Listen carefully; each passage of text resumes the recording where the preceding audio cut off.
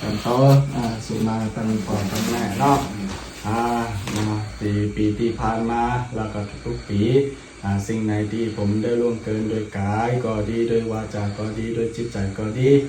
ที่เจตนาก็ดีบัดเจตนาก็ดีระลึกได้ก็ดีระลึกบัดได้ก็ดีบัดนี้ขอพ่อและก็แม่โปรดรับการขมาและอโหสิกรรมให้ผมเตอเนอร์สาธุทั้งสองคนสาธุขอให้คุณพ่อสุขภาพแข็งแรงเนอสาธุขอคุณแม่สุขภาพแข็งแรงเนอทั้งสองคนให้ได้สุขภาพแข็งแรงสาธุผมถ้าป้อน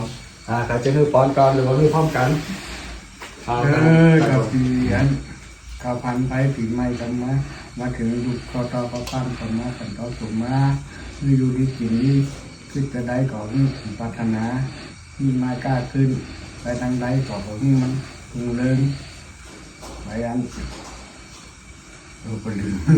โอเคสาธุต่อไปของแม่พวกเป็นลูกเป็นเต้าแต่มาปีเก่าพันไปปีใหม่มาถึง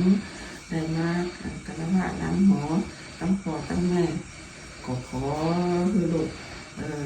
คืออีกอย่างคือได้สมกรรมปรารถนาคือได้มีคนรักคนหวง